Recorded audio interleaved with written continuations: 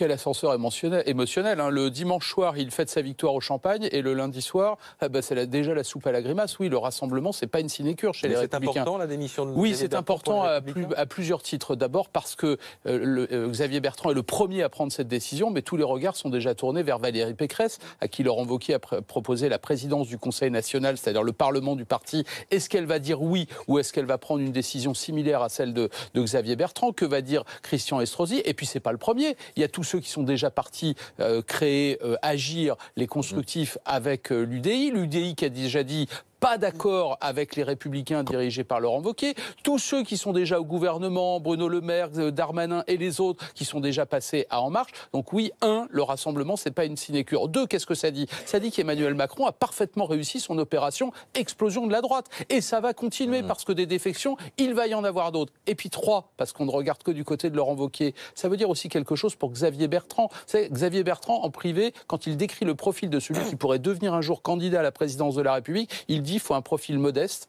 il faut être hors parti et il faut surtout être un élu local. Tiens, comme par hasard, ça correspond exactement à son profil. Ça veut dire que Laurent Wauquiez, en devenant patron des Républicains, pense déjà à 2022, mais qu'il n'est plus tout seul. Xavier Bertrand doit commencer à y penser aussi.